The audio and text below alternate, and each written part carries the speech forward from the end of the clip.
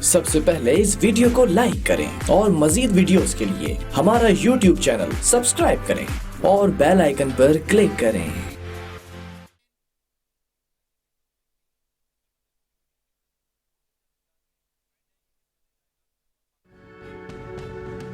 आप देख रहे हैं अवाम के उठाए गए सवालात, हालत हाजरा पर तबसरों, तज्जियों, खबरों पर मुहित प्रोग्राम न्यूज लाइन रिदा सैफी के साथ। अस्सलाम वालेकुम, मैं हूँ रिदा सैफी। नाजरीन, आज की सबसे बड़ी खबर ये कि एधी फाउंडेशन के सरबराह फैसल एधी साहब का भी कोरोना टेस्ट मुस्बत आया है। इसलिए ये बड़ी खबर बन गई आज की, क्योंकि वो अब से 3 दिन कबल ही हमने देखा था कि वजीर आजम इमरान खान से मिले थे, इस्लामाबाद में इस वक्त मौजूद हैं। ना सिर्फ वहाँ उनसे मिले बल्कि वजीर आजम हाउस में मुख्तलिफ लोगों के साथ मौजूद थे उस मीटिंग में। आप ये फुटेज भी अभी तक देख रहे हैं अपनी स्क्रीन पर कि वो वहाँ पे ना सिर्फ इमरान खान वज़ीर आज़म साहब के साथ थे बल्कि दीगर जो ताजिर बरादरी के लोग हैं वो भी उनके साथ मौजूद थे। और अब सबकी दौड़े लग गई हैं टेस्ट कराने के लिए कि जी जब उनका मजबत आ गया तो इसके बाद अब देखना ये कि कौन कौन इस कोरोना वायरस का शिकार होगा। साथ ही दूसरी जानिब बिल्किस एधी ने आवाम से दुआओं की अपील की है। साथ ही साथ जी हम ये भी देख रहे हैं कि पंजाब में जो है कोरोना के 90% जो मरीज हैं वो ये बता रही थी आज वजीर सेहत के वो मामूली नौयत के हैं, लेकिन अब तक जो है टेस्टिंग की जो सलाहियत है, जो हम बार बार बात कर रहे हैं, चाहे वो सूबे सिंध की हो या पंजाब की हो या किसी भी सूबे की हो, वो बहुत इम्पॉर्टेंट है। इस वक्त भी अब तक जो वो कह रही हैं कि जी 5000 टेस्ट की सलाहियत इस हफ्ते के आखिर तक हो जाएगी रोज़ाना की बुनियाद पर। तो ये बहुत इम्पॉर्टेंट है कि कितनी टेस्टिंग कैपेसिटी आप बना रहे हैं, क्योंकि आप जानते हैं इस वक्त कि आज खुद नोटिस, पहला सुमोटो नोटिस जो वो लिया है चीफ जस्टिस साहब ने कोरोना वायरस के पेश नज़र, और इस वक्त सारी ही हुकूमतों की परफॉर्मेंसेस को जो है वो चेक किया जा रहा है। तीसरी जानिब सिंध हुकूमत की बात करें तो फिर सुप्रीम कोर्ट ने पूछा है जी कि कोरोना रिलीफ फंड कहाँ खर्च किए, जवाब दें। और फिर साथ ही साथ आज वज़ीर आला सिंध कह रहे थे कि अगर रोकथाम ना हुई कोरोना वायरस की तो ये वायरस बेकाबू हो जाएगा। दूसरी तरफ आलमी मंडी की बात करते हैं जी, तो पेट्रोल डीजल की कीमत 50 रुपए फी लीटर जानी चाहिए, मुस्लिम लीग नून ये कह रही है, जबकि हम देख रहे हैं कि आलमी मंडी में तेल कीमतें बहुत नीचे आ चुकी हैं। इसी सारी सूरत हाल पे बात करेंगे। सबसे पहले तो मैं स्टूडियो में आज मेरे साथ बड़े ही सीनियर दो ऐसी शख्सियात मौजूद हैं जिनको आप मुख्तलिफ देखते भी हैं प्रोग्राम्स में, और आज मेरे लिए एजाज़ की बात है कि आज दो ऐसी हस्तियां मेरे साथ यहाँ पे मौजूद हैं जो मेरे भी अपने उस्तादों में से हैं। मैं सबसे पहले तारुफ कराती हूँ, मुजाहिद बरेलवी साहब हैं, सीनियर सहाफ़ी हैं, एंकर पर्सन है, तजज़ेकार, उनको खुशामदीद कहूँगी। बहुत शुक्रिया मुजाहिद बरेलवी साहब फॉर ज्वाइनिंग अस। साथ ही बैठे हैं अबरार बख्तियार साहब हैं, सीनियर सहाफ़ी हैं, तजज़ेकार हैं, उनको भी खुशामदीद कहूँगी। बहुत शुक्रिया अबरार बख्तियार साहब फॉर ज्वाइनिंग अस। सबसे पहले मुजाहिद साहब आपकी जानिब आऊँगी। इस वक्त पूरे मुल्क में एक ऐसी वबा है जो कि पूरी दुनिया को लपेटे हुए है। मुल्क की जो सूरत हाल है उस पर आप क्या देख रहे हैं? हुकूमतें क्या वाकई अहल हैं इस वबा से अवाम को निकाल लेंगी? देखिए, एक तो मैं पहले भी अक्सर ये कहता हूँ कि मुझे अजीब सा लगता है कि जब हमारी स्क्रीनों पर अभी भी उसी रवायती अंदाज में प्रोग्राम होते हैं कि एंकर के एक तरफ पीटीआई का बैठा होता है, एक नून लीग का और एक पीपल्स पार्टी का, और ये उसी तरह लड़ रहे होते हैं, एक दूसरे से दस्तों गरेबा होते हैं और वही गुफ्तगू कर रहे होते हैं जो ये अपने जो इलेक्शन के ज़माने में करते थे या सैलाब के ज़माने में करते थे। मतलब इनको इस बात का कतई एहसास नहीं कि कोरोना वायरस के सबब ये जो 80% लोग अपने घरों में मुक़य्यद हो गए हैं। ख़ुद प्राइम मिनिस्टर कहते हैं जी 8 करोड़ लोग जो हैं या 9 करोड़ लोग जिनको रोज़गार है उनका क्या होगा, राशन कैसे तकसीम होगा। तो एक तो ये अपने ख़ुद मैं मीडिया को ये समझता हूँ, ये जो अपनों को इस बात पर यानी ये एतराफ़ करना चाहिए कि हम भी ये इसी पे खुश हो रहे हैं, वो जो उन रवायती पार्टियों के नुमाइंदों को, हालांकि साइंटिस्टों को, इकोनॉमिस्टों को जो आपकी एजुकेट करें, इंफॉर्मेशन दें। ये मैं अक्सर कहता हूँ। दूसरे आपने शुरू किया, मेरे छोटे भाइयों की तरह हैं, इनके वालिद का तो बड़ा एक नाम था, लेकिन ये वैसे हैरत की बात है कि मैंने तो कभी नहीं सुना कि कोई फलाही इदारे का सरबरा जो है वो हुकूमत को चंदा दे रहा हो। जी। यानी मैंने नहीं सुना कि शौकत इमरान खान साहब जब शौकत खानम के सरबराह थे तो वो पता चला कि पंजाब गवर्नमेंट को दे रहे हैं, तो फैसल अली साहब यानी वो तो खुद चंदा वसूल कर रहे हैं और न जाने क्यों वो 1 करोड़ रुपए का चंदा देने चले गए। वैसे प्राइम मिनिस्टर से मुलाकात में कोई हर्ज नहीं है, लेकिन ये अबरार साहब मेरे ख्याल मुझे बड़ा यूनिक वाक़या लगा कि फलाही इदारा यानी जो है वो उसका सरबराह जो है वो दे रहा है और उनको ख़बर बनाने की भी कोई ज़रूरत नहीं है प्राइम मिनिस्टर से। जिस तरह के आजकल लोग यानी 1 करोड़ या 2 करोड़ चंदा जाते हैं, वो भी प्राइम मिनिस्टर को देने और उसकी खबर भी बनवाते हैं जी। और ये बड़ा अफसोसनाक है। बल्कि मैं एक बड़े चैनल में जब मैंने टेलीथॉन देखा जिसमें प्राइम मिनिस्टर 2 घंटे बैठे रहे, बाद में पता चला कि शायद 3 करोड़ पे जमा हुए थे जी। अव्वल तो ये अगर रकूम जमा हो रही हैं और आपको जबकि हमें पता है कि लाखों लोग बेगर्ज, मैं जिक्र करूंगा आलमगीर वाले कभी जिक्र ही नहीं करते, अलखिदमत वाले कभी जिक्र ही नहीं करते, मैं नाम किस किस का देता जब सैलानी वाले जिक्र नहीं कर सकते, इंडस वाले बेशुमार तशहीर नहीं करते। एक तो ये वजह पहलू। अब जो देखें मेरे ये ख्याल है कि विदाउट क्रिटिसाइज द गवर्नमेंट, लेकिन बदकिस्मती से हमारे यहाँ कोई मैकेनिज़्म अभी तक नहीं बना। जब हमारे प्राइम मिनिस्टर ये कह रहे थे कि 15 जनवरी को उनको इत्तला हो गई थी कि कोरोना वायरस आ गया, तो इसको अब 3 माह हो गए, आप अभी तक इस तरह तय नहीं कर सके कि लोगों तक राशन का कैसे पहुँचे। एक तरीक़ेकार जो मेरा ख्याल है कि शायद एक जो उसको बेनरी इनकम सपोर्ट ही कहना चाहिए, जिसको एहसास सेहत प्रोग्राम कहा जाता है, जिसमें 1 करोड़ 20 लाख लोग जी। ये एक वाहिद मेरे ख्याल में पूरा क्रेडिट व्हील पार्टी को यही जाएगा एक के कम से कम इसके ज़रिए मैं कहता हूँ 1 करोड़ 20 लाख लोग नहीं, अगर आधों को भी मिले। और वो भी एक अजीब इंटरेस्टिंग बात है, अभी कुछ चंद हफ्ते पहले ही हमने पढ़ा था कि शायद 30 लाख या 28 लाख ऐसे बेनज़ीर इनकम सपोर्ट पर ख़वातीन को के पैसे लिए जा रहे थे, इन बेवाओं और मुतलकाओं के। हमारे सरकारी अफसरान उनकी मेरी फहरिस्त शाये हुई, नाम शाये हुआ, तो एक तो शक में मुब्तला कर देता है कि ये जो 1 करोड़ 20 लाख में। लेकिन मैं फिर भी कहूँगा कि ये वाहिद ऐसा तरीका है जिसमें हमने ये देखा, अगर मैंने कहा अगर वो आधे से भी कम मिल जाए तो बहुत है। बाकी गुफ्तगू को मैं आगे बढ़ाऊँगा और मैं सिर्फ ये पूछूँगा कि हम जैसे लोग जब थोड़ा सा बहुत जानते हैं कि आखिर अभी तक हुकूमत मैकेनिज़्म क्यों नहीं बना सकी जिसके ज़रिए राशन तकसीम हो, और आज जब चीफ जस्टिस ऑफ पाकिस्तान ये कहे कि शफाफ हुकूमत नहीं कर रही, आप IMF के पास जा रहे हैं, वर्ल्ड बैंक के पास जा रहे हैं, 2 ममालिक से अपील कर रहे हैं, आवाम से अपील कर रहे हैं, और जब आपका चीफ जस्टिस ऑफ पाकिस्तान तो उस वक्त सूबाई हुकूमत को नुमाइंदा अटॉर्नी जनरल ऑफ पाकिस्तान ने खड़े होकर क्यों नहीं ये कहा कि सॉरी चीफ जस्टिस साहब, मिलॉर्ड आप दुरुस्त नहीं कह रहे। वजह वो इसलिए उनको नहीं कह सके, दुरुस्त नहीं कह रहे, कि खुद उन्हें इल्म नहीं था कि वाकई राशन कहाँ तकसीम हुआ है, 2,40,000 बैग कहाँ गए। तो ये जो आज मुझे बड़ा इस मौके पर आपने कहीं सुना कि किसी मुल्क के चीफ जस्टिस या कोई बड़ा आदमी अपने हुकूमत पर शक कर रहा हो? आपने कहीं ये सुना कि आज जिस तरह हम लोग कर रहे हैं, हम ये टेलीविजन में प्रोग्राम इस तरीके से CNN BBC से लोग 10 बनाएं, तो ये अफसोस की बात है कि हम लोग इतना सब कुछ होने के बावजूद कुछ सीखने के बजाय मजीद तनज़ुली की तरफ जा रहे हैं। मजीद तनज़ुली की तरफ जा रहे हैं। अबरार बख्तियार साहब, आपकी जानिब आऊंगी, आपसे भी यही जानना चाहूंगी, पहला सू मोटो एक्शन लेना पड़ा चीफ जस्टिस साहब को आने के बाद जब से उन्होंने चार्ज संभाला है, और ख़ास तौर पर ना सिर्फ वफाकी हुकूमत की सरजनिश की, सूबाई हुकूमत को भी बहुत ज़्यादा आड़े हाथों लिया है। पहले 8 अरब की बात हो रही थी, अब 1 अरब का जो बेसिकली अमाउंट या नंबर मैं कहूँ कि अगर वो दिया है सिंध गवर्नमेंट ने, तो उस पर भी सवाल किया कि 1 अरब अगर बातें हैं तो कहाँ बातें, कुछ पता नहीं चला। देखिए, हमारे मुल्क में ये जो वायरस आया है, एक वबा हम कहते हैं, और एक कुदरती आफत इसको आप समझ लें जी। ये कुदरती आफत पहली मरतबा नहीं आई। सैलाब हमारे मुल्क में बहुत अक्सर आते रहते हैं जी। ज़लज़ला, बहुत खौफनाक ज़लज़ला कश्मीर में आया और वहाँ पर पूरा शहर ख़त्म हो गया। हमने कभी भी इन अलमियों से, इंसानियत से सीखा नहीं, बल्कि सीखा क्या नहीं, हमने कभी भी उनसे दुरुस्त करने की अपने आप को कोशिश नहीं की। सैलाब आया, उसका फ़ंड इसी तरह गबन हो गया। मुझे अच्छी तरह याद है भुट्टो साहब के दौर में सैलाब आया था और उसके ऑस्ट्रेलिया से घी के डब्बे आए थे और वो बाज़ार में फ़रोख्त हो रहे थे। अब भी ये सूरत जब ज़लज़ला आया तो हमने खुद अपने कश्मीर में और अपनी आँखों से देखा कि लोगों के घरों में बहुत राशन पूरे घर भरे हुए थे उनके, और बहुत सारे लोग ऐसे थे जिनके मसर नहीं था जी। सूरत हाल ये है कि हमारे यहाँ बहुत सारी NGOs है, बरेली साहब ने जिक्र किया कि अल खिदमत है, सैलानी है, और बहुत सारे के लोग हैं गवर्नमेंट का काम ये था कि इनको ऑर्गेनाइज करते, इंगेज करते इनको कि भाई आप सब मिलकर हमारे साथ आएँ, हमारे पास इतना फ़ंड है, आपके पास इतने फ़ंड है, आपके पास ये इख्तियारात हैं, आपके पास सहूलतें हैं।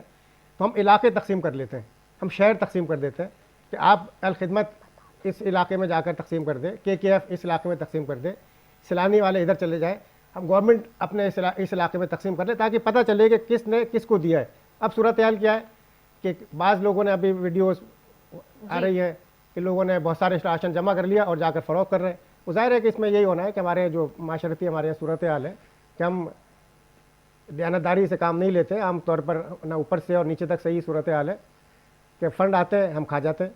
सुप्रीम कोर्ट को ये कहना पड़ा कि भाई आखिर ये फ़ंड पैसे गए कहाँ, इसी वजह से कि तकसीम दुरुस्त तौर पर नहीं हुई। चाहे सिंध हुकूमत हो, उसने कहा कि सिंध हुकूमत हो या पेशावर हो या लाहौर हो या बलूचिस्तान हो, सिंध हुकूमत इसलिए कि सिंध हुकूमत के शायद बयानात ज़्यादा आते हैं, वज़ीर आला साहब ज़्यादा एक्टिव हैं, इसलिए ज़्यादा नज़र भी आते हैं, दूसरे लोग कम नज़र आते हैं।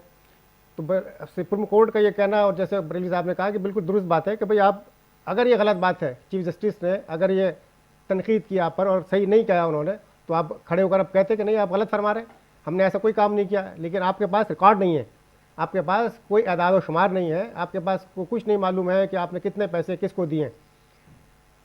सियासी तौर पर तकसीम हो रही है, अपने लोगों को दिया जा रहा है, दूसरों को नहीं दिया जा रहा। मेरे पास अंदरून सिंध से रोज़ हमारे निगार, हमारे रिपोर्टर्स हमारे ख़बरें भेजते हैं, रोज़ वहाँ मुजाहरे होते हैं और लोग रोज़ाना शिकायतें करते हैं कि हमें ना राशन मिला है, ना कोई पैसे मिले। 12,000 रुपये मांगते हैं तो देते हैं, तो रिश्वत मांगते हैं, राशन देते हैं तो एक थैले देते हैं और दो। अपने हल्के में से जो रिपोर्टिंग हो रही है वो भी आपके सामने, मेयर से भी, वहाँ से हमारा जो रिपोर्टर है वहाँ से, मेयर से भी बहुत शिकायत है। आज भी उसने खबर भेजी है कि वहाँ पे लोग एहतजाज कर रहे हैं कि हमें जो है राशन दस्तियाब नहीं है और पैसे तो खैर बहुत। एक और, अगर इससे पहले कि आगे बढ़े और शायद शेख साहब भी आ जाएं, खास तौर पर आपने पुलिस के हवाले पूरे शहर को कर दिया है कि ये जो है लॉकडाउन कराएंगे, और आप सैकड़ों नहीं हज़ारों आप कैमरा लेके पहुंच जाएं। ये शिकायतें मिल रही हैं कि यहाँ हमारे लोग भी गलत कर रहे हैं कि पूरे आज मैं देख रहा था कि अखबार में पूरी फैमिली बैठी हुई है एक मोटरसाइकिल पे, 6 लोग बैठे, इन्हें यकीन नहीं दिख रहा, लेकिन बाकायदा पुलिस जो है वो पैसे लेकर अभी भी ये नहीं। अगर और आप कह रहे हैं अगर रेंजर उनके साथ खड़ी, सॉरी से रेंजर भी कोई फरिश्ते नहीं है, वो भी इंसान है, बल्कि उनको भी शायद मुलव्विस ना करते हो आप। अभी भी मैं देखता हूँ लोगों को, आपने मैकेनिज्म, मैंने कहा ना, नहीं बनाया, आप कोई सिस्टम नहीं बना रहे। लॉकडाउन होता तो लॉकडाउन नजर आता, ये जो तो खैर कुछ लोग मिजाजी लोगों ने शुरू कर दिया कि यानी अब छोड़िए कि अगर वाकई राशन बट रहा होता तो राशन बटता हुआ नजर आता आम लोग और वो कह रहे होते। ठीक है, आप लोगों की इजाजत हो दोनों की, तो मैं अपने मेहमान को शामिल गुफ्तगू कर लूं। इम्तियाज शेख साहब को ले लेती हूं मैं। इम्तियाज शेख साहब इस वक्त हमारे साथ मौजूद हैं, सूबाई वजीर सिंध भी हैं और ऐसी डोनेशन कमेटी के हवाले से, राशन कमेटी के हवाले से जो है उसके चेयरमैन भी हैं इस वक्त। बहुत शुक्रिया इम्तियाज शेख साहब फॉर ज्वाइनिंग अस। आपका भी शुक्रिया जी। इम्तियाज शेख साहब, सबसे पहले तो आपसे मैं जानना चाहूंगी कि एक इशू स्टार्ट हुआ 18 अप्रैल को, एक नोटिफिकेशन निकला जिसमें आप लोग ये कह रहे थे कि टाइगर फोर्स को शामिल करेंगे राशन की डिस्ट्रीब्यूशन के रिलीफ मुहिम में खास तौर पे। फिर उसके बाद आपने कहा कि नहीं ऐसा नहीं होगा, नेक्स्ट डे ही फिर वो मना हो गया, क्या वजह बनी इसकी?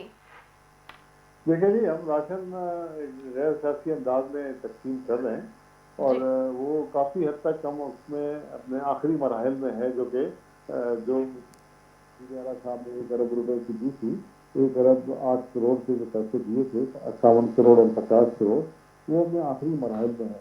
और टाइगर फोर्स और फोर्स जो उसमें है उसका मुझे इल्म नहीं था। और अगर कोई आना चाहता है, जो काम करना चाहता है, ज़रूर आए, ज़रूर काम करे। ये तो वबा ऐसी वबा है जिसमें हम सब लोग घिरे हुए हैं, जो कि मतलब पाकिस्तान के एक एक शहरी को इसमें काम करने की ज़रूरत है और आपस में ताउन की ज़रूरत है। लेकिन जहाँ तक राशन की डिस्ट्रीब्यूशन का प्रोग्राम था, मैंने ये कहा था कि वो हमने डिप्टी कमिश्नरों के हवाले की हुई है, और अगर किसी ने भी जाके इसकी मदद करनी है तो ज़रूर करे। और डिप्टी कमिश्नर से, जो मुतल्लिका डिप्टी कमिश्नर है, उससे रब्ता कर लें और वो उनसे मदद ले लेंगे। और इसमें और भी बहुत से लोग मदद कर रहे हैं और मुख्तलिफ पॉलिटिकल पार्टीज की, हमने इसको ऑफिशियली पार्टीज को हमने दूर रखा है इससे, और ताकि सियासी वाबस्तगी न हो सके किसी की भी। और हमारे पार्टी के चेयरमैन का फैसला था, तो इसलिए हमने अपने पार्टी वर्कर्स को भी दूर रखा है, इसलिए हमने बात की थी। बाकी अगर किसी ने भी कोई काम करना है, किसी फलाही तंजीम में, किसी इदारे में, किसी फोर्स में, तो डिप्टी कमिश्नर मुतल्लिका से रब्ता कर लें और वो नहीं जो तो मदद इम्तियाज मिलनी शेख साहब, चाहिए, कतकलामी माफी मैं आपसे जानना चाह रही थी कि क्या अब आप लोगों ने डिसाइड कर लिया है कि आप लोग टाइगर फोर्स को शामिल करेंगे, क्योंकि नोटिफिकेशन तो 18 अप्रैल का निकाला हुआ है चीफ सेक्रेटरी साहब ने। देखिए जी, मैंने आपको जवाब दे दिया ना उसका। मैंने कहा कि किसी ने भी मदद करनी है, किसी ने भी, तो अच्छा। मुतल्लिका डिप्टी कमिश्नर से रब्ता कर ले, और डिप्टी कमिश्नर साहब को जरूरत होगी तो जरूर उनको इस्तेमाल करेंगे। हम और लोगों को भी तो इस्तेमाल कर रहे हैं ना। यूनियन कमेटी का, यूनियन काउंसिल का चेयरमैन है, और इसमें मतलब काउंसलर है, लेडी काउंसलर है, इसमें एनजीओ का कोई नुमाइंदा है, इसमें मिनॉरिटी के लोग हैं जो कि मतलब इसमें जिस इलाके में मिनॉरिटी है उसका भी काउंसलर या उसका मौजूद कोई है इसमें। तो इस तरह काफ़ी लोग, और डिप्टी कमिश्नर का नुमाइंदा है, तो इसमें अगर कोई और भी शामिल होना चाहता है, मदद करना चाहता है, तो मुतल्लिका डिप्टी कमिश्नर से रब्ता कर ले, वो उसको ज़रूरत होगी तो वो उनसे मदद कराएगा, मदद देगा उनसे। रिदा, अगर इजाज़त दे तो मैं अपने शेख साहब से एक जी सवाल जी कर बिल्कुल सकूं? मुजाहिद साहब। बड़े मोहतरम है, और इस दौरान अस्सलाम वालेकुम सबसे जी पहले जी शेख साहब अस्सलाम वालेकुम, बराबर साहब बैठे। एक तो मैं वाकई जी। जिस दिन ये लॉकडाउन हो रहा था उससे एक दिन पहले शेख साहब, शाह साहब और सिंध गवर्नमेंट ने इक़दाम उठाए, बाद में भी एक दो बार इनका मौका मिला, और अमूमी तौर पर सिंध गवर्नमेंट ख़ास तौर पर चीफ मिनिस्टर को मीडिया ने भी, बाहर भी और यहाँ सराहा कि उन्होंने लॉकडाउन के सिलसिले में सिंसियरली कोशिशें की, हाथ तक जोड़े। लेकिन आपको इल्म है कि ये जो हमारे आवाम हैं, ये अब उनका कसूर है, डंडे मारेंगे तो फिर कहेंगे कि जी पिटाइयाँ हो रही हैं। लेकिन मैं एक शेख साहब एक बड़ी बात आपके ज़रिए पहुँचाना चाहता हूँ। उस वक्त मैंने नहीं कहा कि जब आपके सिंध में MPAs हैं, मैं चले बाहर की जगह की बात करूँगा, चारों सूबों की MNAs हैं, और आप MNAs और MPA, मुझे पता है कि इम्तियाज शेख साहब को पता है कि उनके हल्के शिकारपुर में जहाँ इलेक्शन भी लड़ते रहे, और माशाल्लाह एज ए ब्यूरोक्रेट्स ये पूरे शिकारपुर नहीं पूरे सिंध को जानते हैं। आपको अपने एक एक वोटर का, एक एक झोपड़ी का, उस जगह का पता होगा, और आपके इलेक्शन ऑफिस भी अभी बने होंगे, आपके पास कंप्यूटराइज लिस्ट भी मौजूद होगी। तो ये जो हमारा जो कमिश्नरों का निज़ाम है और डिप्टी कमिश्नर्स का निज़ाम है और हमारी जो ब्यूरोक्रेसी है, और सॉरी टू से आप भी अच्छे ब्यूरोक्रेट हैं, इस पर कम ही लोग होंगे जिन पर लोगों का एतमाद नहीं है। तो आखिर ये जो आप 3-4 हमें वजीर नज़र आते हैं और 8-9 MNA, आप लोग अगर आपके MNAs MPAs माशाल्लाह आपके बड़े बड़े घर भी हैं, दफातर भी खोल सकते हैं, वहाँ अगर ये 4 घंटे बैठते और इनके पास की वोटर लिस्ट भी होती, उनके शनाख्ती कार्ड भी होते, उनके ज़रिए अगर आप 25% और 10% भी लोगों में तकसीम करते, और अगर शिकारपुर का या कोई दादू का या ठट्टा का या कराची का MPA या MNA डिलीवर नहीं करता तो उस इलाके का वोटर उसके पास जाता। अब कुछ लोग हैं जो सदर में भी जा रहे हैं और वो हैदराबाद भी जा रहे हैं, लांडी में भी जा रहे हैं और हर जगह मांग रहे हैं, और शरीफ लोग, आपको इल्म है, वैसे भी हाथ फैला नहीं होते। तो जब एक मैकेनिज्म आप बन सकता था और बन सकता है इलेक्टेड लोगों के ज़रिए, और वो इलेक्टेड अगर MPA और MNA मिनिस्टर है तो उसके ज़रिए ये डिप्टी कमिश्नर, मजिस्ट्रेट, पुलिस ये सब उनके साथ होती, तो मैं ये समझता हूँ कि ये मुमकिन नहीं है कि 8 करोड़ लोगों को दिया जाए, 2 करोड़ लोगों को दिया जाए, 1 करोड़ को दिया जाए। लेकिन अगर आप 25% भी पहले मरहले में इन तक पहुँचता तो आज ये नहीं होता कि चीफ जस्टिस बैठा हुआ आपकी हुकूमत के नुमाइंदों को और वफाक को कह रहा होता कि हुकूमत ठीक काम नहीं कर रही, कहाँ तुमने बांटा। शेख साहब सॉरी टू से, मुझे इस तरह सवाल करना नहीं चाहिए, अपना एहतराम है। मुझे अभी ये जवाब देने दिया, मैं जवाब देता हूँ आपको। जी जी। आप सवाल को पूरा कर लें। जी जी मुकम्मल हो गया जी। अच्छा जी, अब देखें, मसला आपने बात की कि हम ये इलेक्टेड नुमाइंदों के साथ शुरू करते, तो फिर कहीं पीपल्स पार्टी का है, तो कहीं MPO का है, तो कहीं PTI का है, कहीं GDA का है, ठीक है जी। फिर यही दोस्त और आप सब लोग इल्ज़ाम लगाते कि जी पॉलिटिकल बुनियादों पर दिया गया, और पीपल्स पार्टी ने सियासत उसमें ले आई, और सियासी वर्कर पीपल्स पार्टी के जो हैं वो मतलब बांट रहे हैं। तो उस चीज़ को दूर रखने के लिए हमने उससे भी बेहतर तरीका ये किया कि ग्रास रूट लेवल पर, नीचे की बिल्कुल ज़मीनी सतह पर जो यूनियन काउंसिल है, उसमें जो उनका अवामी नुमाइंदा है जो कि हर आदमी को जानता है कि उसका यूनियन काउंसिल का या यूनियन कमेटी का चेयरमैन, अच्छा उसका लेडी काउंसलर, ज़कात कमेटी का चेयरमैन, ठीक है, जो कि बिल्कुल उसके उस पर जाता है, अपना ब्लॉक पे जाता है, ठीक है। तो वो सब इसमें मौजूद हैं। NGO जो लोकली काम करती है उनका नुमाइंदा और डिप्टी कमिश्नर का नुमाइंदा, ठीक है, वो भी ग्रास रूट लेवल पर ही होते हैं जो कि सब डिवीजन्स में काम करते हैं। तो ये मतलब एक पूरी यूनियन काउंसिल में इनसे कोई भी बंदा छुपा हुआ नहीं है, ये सबको जानते हैं। आवाज आ रही है आपको मेरी जी? जी, जी, आ रही है आप। शेख साहब, अरे आप एमक्यूएम को बांटते, जीडीओ को बांटते, सब पीपल्स पार्टी को थोड़ी बांटते इस वक्त। आपके भी यानी ये जो आप कह रहे हैं कि पीपल्स पार्टी पे इल्जाम लगता, कराची में तो इनके एमपीए होते ना, इनके एमएलए होते, इनसे लोग पूछते, सांगड़ में पीरों से, राजा साहब से पूछते। अभी तो उन्हीं के तो चेयरमैन है जनाब। अभी तो चेयरमैन जो यूनियन काउंसिल का है वो कहीं एमक्यूएम का है, कहीं पीटीआई का है, और सिंध के बाकी इलाकों में कहीं जीडीए का है, तो कहीं पीपल्स पार्टी का है। तो ये चेयरमैन भी तो उन्हीं के लोग हैं। आपने कमिश्नरों को कहा है शेख साहब, वो कमिश्नर आज जो आपका अटॉर्नी जनरल जवाब नहीं दे सका चीफ जस्टिस के सामने। फिर वो अटॉर्नी जनरल की गलती है, वो उसकी मतलब जवाब न देने सकने की। ये की एक कमेटी है 7 आदमियों की, जो कि हमने तश्कील दी है, और ये चीफ सेक्रेटरी से हमने तश्कील दिलवाई है, इसकी नोटिफिकेशन करवाई है। अच्छा इम्तियाज साहब, मुझे बताएं, अगर आप लोग फर्दर भी प्रोसीडिंग में सेटिस्फाई नहीं कर सके सुप्रीम कोर्ट को, तो देन व्हाट, फिर क्या होगा? नहीं, सुप्रीम कोर्ट को तो हमने कर दिया है। सुप्रीम कोर्ट को जो इन्फॉर्मेशन चाहिए होगी हम उनको इन्फॉर्मेशन देंगे, ठीक है ना, और उनको दी है, और एक एक आदमी जिसको भी दी है उसके शनाख्ती कार्ड के साथ उसकी यूनियन काउंसिल के साथ देंगे, ठीक है जी। पहले सुप्रीम कोर्ट को बताया गया कि जी 8 अरब रुपए का राशन बांटा गया है, जो कि गलत था, और जबकि पैसे ही 1 अरब रुपए दिए गए। अब अगर चीफ जस्टिस साहब हिदायत करेंगे, हुक्म करेंगे, तो हम उनको हर यूनियन काउंसिल का उस शनाख्ती कार्ड का नंबर भी देंगे जिसको हमने राशन बैग दिया। अच्छा इम्तियाज शेख साहब, आप लोगों के अपने ही हलकों से, मुख्तलिफ जगहों से, इंटीरियर से, खासतौर पे पीपल्स पार्टी के कुछ आपके अपनी तंजीम के लोग प्रोटेस्ट करते हुए नजर आ रहे हैं 2-3 दिन से, वो कंप्लेन कर रहे हैं, वो शिकायत कर रहे हैं, तो आप लोग उनको क्यों नहीं एड्रेस कर रहे हैं? हम सबको एड्रेस कर रहे हैं जहाँ जहाँ से भी शिकायत आ रही है। और ये जो है राशन बांटना, या आपको याद होगा, आप लोग भी देखते होंगे, जब सैलाब आया था उसमें लोग के घर भर गए थे इमदादी सामान से, लेकिन वही लोग फिर बाहर निकल के आके कहते थे कि हमें कुछ नहीं मिला। सही, हम उस पर भी नहीं जाते, हम जहाँ भी शिकायत आती है वहाँ पहुँचते हैं, वहाँ कोशिश करते हैं उनको दे दें। और क्योंकि डेटा जो है, और ये मैं आपको बताऊँ, ये जो राशन था ये था जो दिहाड़ीदार जो तबका है, जो कि लॉकडाउन की वजह से जो मतलब अपना रोजगार नहीं कर पा रहा, उनके लिए है ये। और बदकिस्मती से उसका डेटा न मरकजी हुकूमत के पास है और न ही उसका डेटा किसी सूबाई हुकूमत के पास है, ठीक है। और फिर उसको और कोई तरीका नहीं है सवाए इसके कि हम इस कमेटी बनाएं।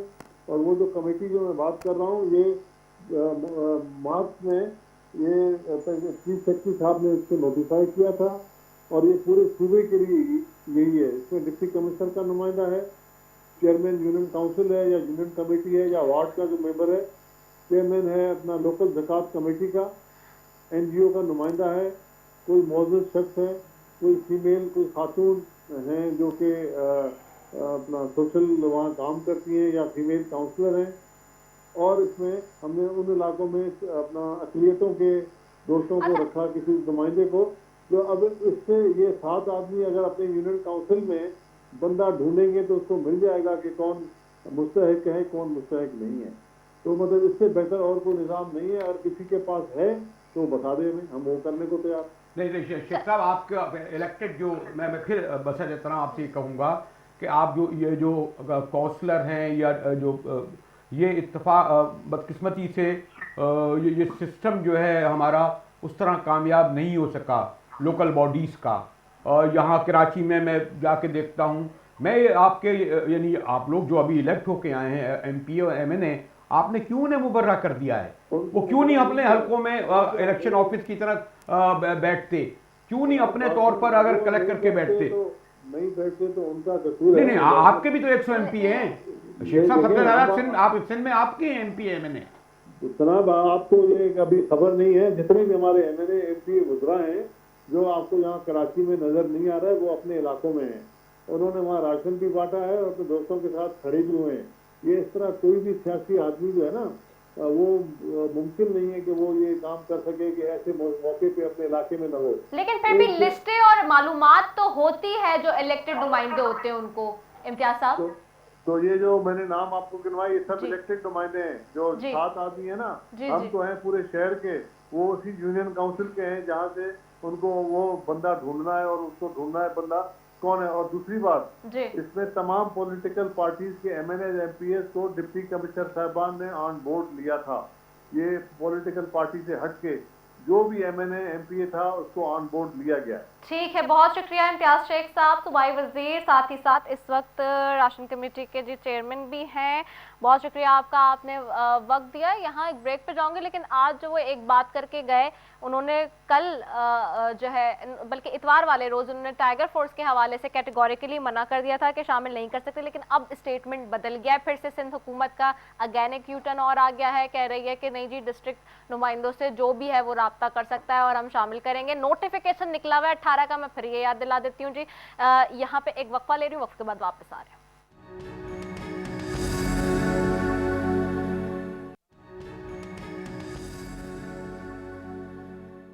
वेलकम बैक नाजरीन। और ब्रेक पे जाने से पहले हम गुफ्तगू हो रही थी जी, राशन तकसीम के हवाले से कर रहे थे यहाँ पे गुफ्तगू। और मेरे साथ स्टूडियो में मुजाहिद बरेलवी साहब, अबरार बख्तियार साहब तो हैं ही मौजूद, अभी हमें ज्वाइन किया है चौधरी मोहम्मद सरवर साहब हैं, गवर्नर पंजाब हैं, उनको भी खुशामदीद कहती हूँ। बहुत शुक्रिया चौधरी मोहम्मद सरवर साहब, आपने अपना कीमती वक्त दिया। यू आर वेलकम जी। चौधरी मोहम्मद साहब, सबसे पहले तो मुझे बताइएगा पंजाब में इस वक्त क्या सूरत हाल है कोरोना के हवाले से। जैसे कि आज बात कर रही थी कि जो वजीर सेहत है कि 90% मरीज जो है वो मामूली नौयत के हैं, वो कह रही थी। आप लोग बड़े एक्टिवली प्ले भी कर रहे हैं वहाँ पे सारी चीजें ग्राउंड पर। इस वक्त सुप्रीम कोर्ट ने खुद नोटिस भी लिया हुआ है, क्या मुतमईन कर पाए हैं अब तक सारी कोरोना वायरस के हवाले से वहाँ पे भी सारी चीजें? जी बिस्मिल्लाहिर्रहमानिर्रहीम। मेरा अपना ख्याल है कि जब से कोरोना का इश्यूज पाकिस्तान में आया है, देखें हमारे एक तरफ चाइना था, यहाँ कोरोना यहाँ से शुरू हुआ, और दूसरी तरफ ईरान था, वहाँ भी बहुत से मसाइल थे, और ये हमारी दोनों मुल्कों के साथ हमारे बॉर्डर मिलते हैं। लेकिन इन तब इसके बाद से बहुत से लोग जो हैं ओवरसीज पाकिस्तानी जो मुल्कों से बाहर रहते थे, वो भी हमने उनको पाकिस्तान में वेलकम किया है। तो इन तमाम हालात के बावजूद, मुश्किल हालात के बावजूद, मैं समझता हूँ कि तमाम सूबाई हुकूमतों ने और फेडरल गवर्नमेंट ने अपनी बसात के मुताबिक इस इशू को डील करने के लिए मेरा ख्याल में कोई कोताही या कमी नहीं छोड़ी है। अब तो WHO और दुनिया की तमाम ऑर्गेनाइजेशन जो हैं वो पाकिस्तान को अप्रिशिएट कर रही हैं कि अमेरिका जैसे मुल्क से, इटली से, बरतानिया से और दूसरे मुल्क जो हैं जो तरक्की याफ्ता मुल्क हैं, उनसे बेहतर तरीके से पाकिस्तान ने इन मामलात को डील किया है। और फिर उसके साथ साथ ही हमारे गुर्बत का इशू था, बेरोजगारी का इशू था, लॉकडाउन की वजह से लाखों लोग बेकार हुए, और उनके लिए भी एक जामे पैकेज जो है 1 करोड़ 20 लाख लोगों को, फैमिली को जो है 12,000 रुपया पर फैमिली भेजा जा रहा है। तो मैं समझता हूँ कि जितना मुमकिन था अपने लिमिटेड रिसोर्सेज में पंजाब की हुकूमत ने भी और हम सब ने, मेरा ख्याल है, मिल के, और यही वजह है कि पाकिस्तान में वबा की जो रफ्तार है वो माशाल्लाह कदरे दूसरे मुल्कों से बेहतर है, और अमवात की जो तादाद है वो भी दूसरे मुल्कों से बहुत बेहतर है। तो मैं समझता हूँ कि अल्लाह का शुक्र है, अभी तक तो हालात जो हैं कंट्रोल में है, लेकिन किस वक्त ये कितनी फैल सकती है ये कोई शख्स भी प्रिडिक्ट करने की पोजीशन में नहीं है। गवर्नर साहब, लेकिन एक बसद एहतराम में ये मालूम करना चाहूँगा कि इस वक्त एक अव्वल तो मुझे नाम पे ये एतराज़ है कि ये टाइगर और शेर और यानी इस किस्म का, यानी क्या ज़रूरत थी कि एक कंट्रोवर्शियल एक फोर्स की जाए, जब आपके यहाँ MNAs हैं माशाल्लाह, MPAs हैं, कौंसिल का निज़ाम है, कमिश्नर्स हैं आपके, और ये जो आपके लाखों मुलाजमीन मौजूद हैं, एक पूरा एक रियासती सिस्टम मौजूद है, कोई बनाना स्टेट नहीं है। आप एक 5 लाख लोग, उन्हें सफ़ेद शहर वर्दी पहनाएंगे, उनका चुनाव किस तरह होगा, उसका सरबराह आपने किसी फैसलाबाद उस्मान किसी साहब को बना दिया, अच्छा वो उनके पे दफ्तर बनेंगे।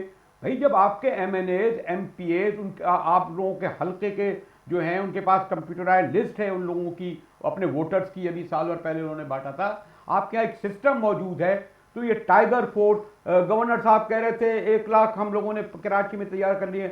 अव्वल तो ये सवाल ही नहीं है कि लॉकडाउन के ज़माने में अमलन 5 लाख की ये फोर्ट तैयार हो। मैं भी एक सहाफ़त का, सियासत का तालिब इल्म रहा हूँ। ये इस तरह की 5 लाख की अगर ये फोर्स होती और अगर बन जाए, मैंने कई दुनिया में इस तरीके से कोई मिसाल नहीं मिलती जो आप दुनिया की दे रहे हैं कि इस तरह की कोई फोर्सेस एक ऐसे मौके पे बनाए जब लॉकडाउन है, लोग मुसीबतों में हैं। अब मुझे इल्म है कि आप क्योंकि गवर्नर हैं, पार्टी के रहनुमा हैं, इस बारे में अपनी उस तरह राय नहीं दे सकते जिस तरह लोग रद्द-ए-अमल का इज़हार कर रहे हैं, लेकिन ये बहुत ही मज़हका खेज किस्म का हुकूमत का इस वक्त ये इक़दाम लगता है मोहतरम गवर्नर साहब।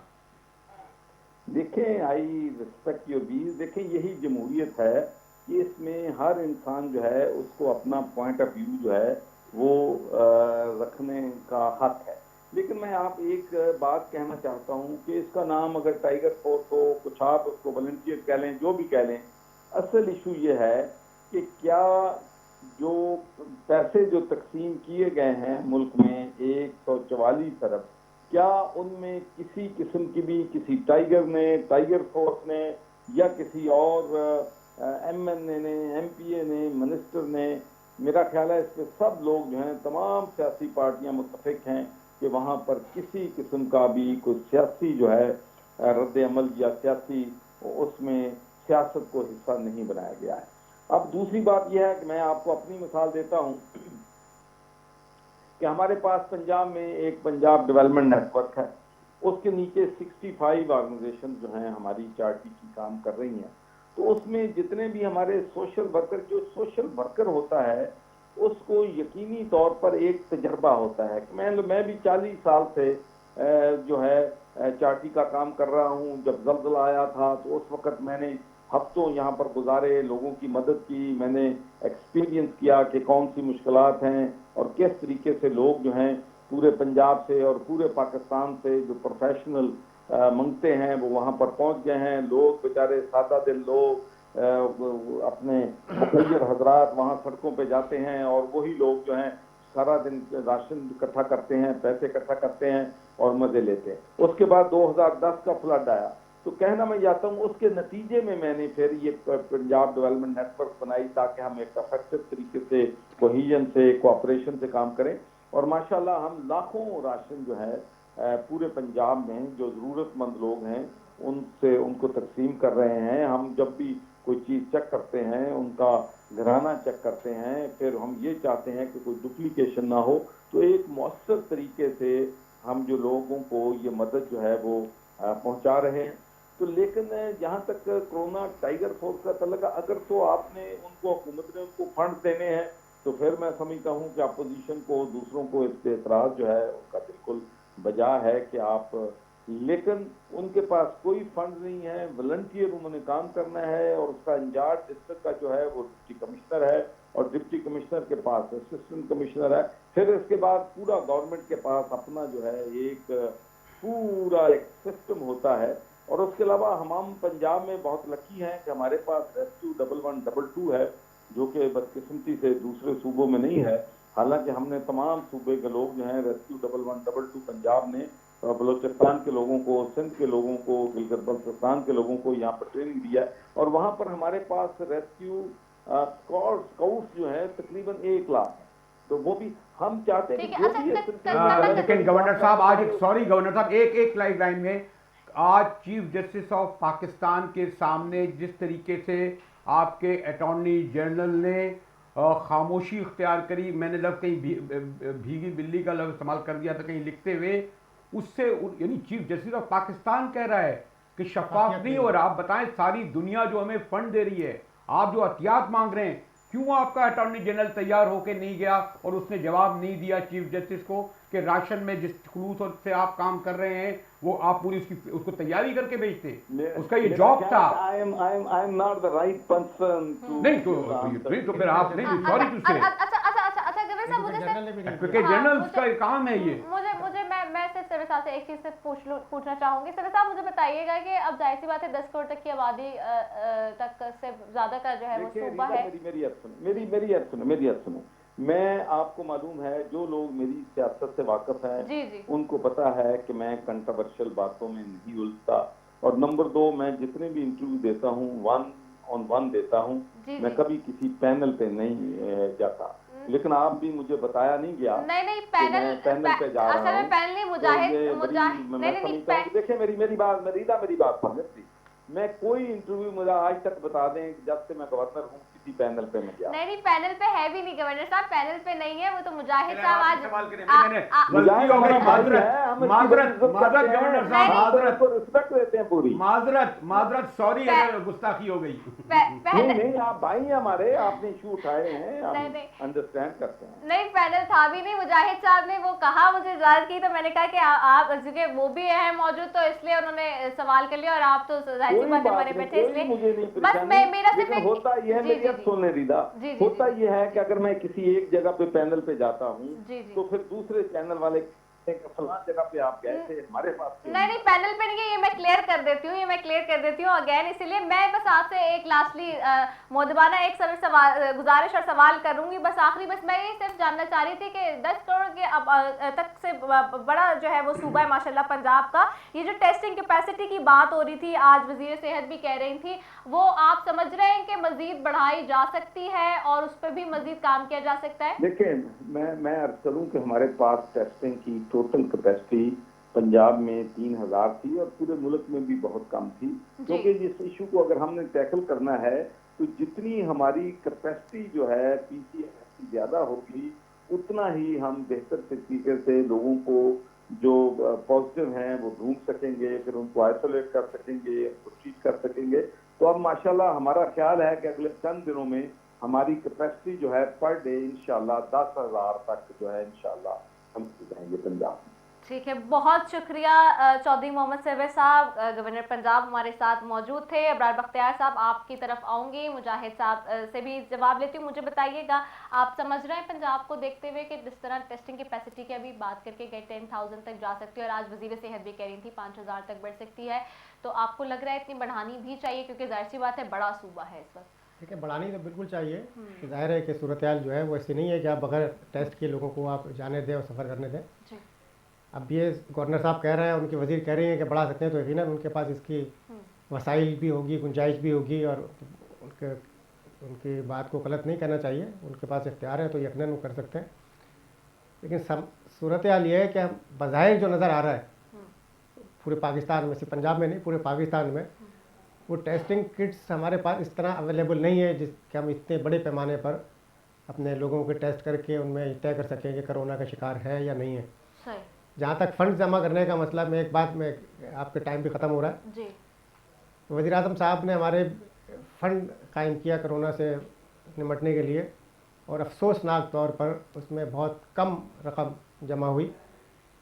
उसकी क्या वजह है ये तो कहना शायद मुनासिब ना हो। इसके मुकाबले में अगर हम देखें कि पड़ोसी मुल्क भारत में सिर्फ एक शख्स ने, टाटा ग्रुप ने 1500 करोड़ रुपए उसने दिए, अंबानी ने 500 करोड़ रुपए दिए, इस तरह और बहुत सारे लोगों ने 100 करोड़ 200 करोड़ 800 करोड़ 900 करोड़, और सिर्फ पैसे ही नहीं दिए। हैरान कुन तौर पर एक कंपनी ने जो सैनिटाइज़र बनाती है, हमारे रवायती तौर पर ये होता है कि कंपनी दूसरे के मुखालिफ है तो उसकी प्रोडक्ट को नुकसान पहुँचाने की कोशिश करते हैं। उस कंपनी ने अपना खाम माल दूसरी कंपनियों को दिया कि आप सैनिटाइजर बना यार ताजे सनतकार सहूलतें मांग रहे हैं, हमारे टैक्स माफ करो, हमारे कर्जे माफ करो। हम कर्जे मांग रहे हैं, यानी आपने कहीं सुना है ये ताजिर सनतकार कर्जे मांग रहा है, सनतकारों को तनख्वाह नहीं दे रहे हैं, मुलाजमीन को तनख्वाह नहीं दे रहे हैं और कहते हैं कि हमें सहूलतें दें, बजाय इसके कि हम अपने ये अरबपति लोग, खरबपति लोग, गवर्नमेंट कुछ भी उन्हें कर रही है। और यानी रोज जो है रोज ताजिर सनतकार बैठे हुए हैं, उनको कहा जा रहा है आप सीमेंट पे आपको ये छू, टैक्स पर आपको ये दे दी है, सारी सहूलतें उनको दे दी हैं, लेकिन वो 1 टका देने पर तैयार नहीं है। यानी अजीब मैंने हैरत देखी। अब तक 1 करोड़ कभी आपने सुना कि किसी मुल्क का ताजिर सनतकार इस तरह मांग रहा है और दिया कितना है? मैं आप कहता हूँ कि ताजिर सनतकार फेडरेशन चैम्बर हमें अगर अव्वल तो हुकूमत को ट्रांसपेरेंसी करके ये बताना चाहिए कि आज इतने के चंदे आए। मैं कह रहा हूँ आम आदमी जितना कर रहा होगा, लोग अपने तौर पर जितना लोग चंदा करके अपने पड़ोसियों को, अपने दोस्तों को जवाब दे रहे हैं, इनसे 10 गुना ज़्यादा होगा। और इसका प्राइम मिनिस्टर के फंड का बाकायदा अगर रोजाना जो तर्जुमान डॉक्टर साहिबा हमारी बैठती हैं, उन्हें बताना चाहिए कि इस वक्त चंदा वज़ीर आज़म के रिलीफ फंड में कितना आया, किसने दिया और वाकई अगर दिया, यानी 1 करोड़ या 2 करोड़ का किसी बहुत बड़े अरबपति सनतकार का देना पैसा शर्मनाक बात है जिसने आपने 1 रुपया है अच्छी उनके लिए। अच्छा नहीं लगता दुश्मन मुल्क की हमें मिसाल देते हुए ठीक कि हमें है। भारत की देनी अच्छा पड़ नहीं रही लगता, है। लेकिन बहरहाल वहाँ पर उन्होंने एक अच्छा जो काम किया reality लोगों है, ने, जो उसका facts है, reality है, उसके जो ऊपर facts बात है और हो जो रही अच्छी बात है उसकी ठीक। उसको तारीफ करनी चाहिए, उसको सराहना चाहिए ठीक कि है। उन्होंने किस तरह लोगों की अपनी मदद की। और लोग बड़े, उनके सारे सनतकार इस वक्त सारे मसरूफ हैं, ठीक है, मुश्किल राशन वक्त भी में बांट रहे हैं, लोगों को सैनिटाइजर बांट रहे हैं, साबुन बना बनाकर मुफ्त साबुन कंपनी यहाँ पर हमारे यहाँ भी जो ठीक है, मुश्किल वक्त में हमें अपने लोगों के काम आना चाहिए, ये बहुत ज़रूरी है। बहुत शुक्रिया अबरार बख्तियार साहब आपका, मुजाहिद बरेलवी साहब आपका, आप दोनों मौजूद मेहमानों का बहुत शुक्रिया जी। इसी के साथ अपनी मेज़बान रिदा सैफी को दीजिए इजाज़त। पाकिस्तान जिंदाबाद।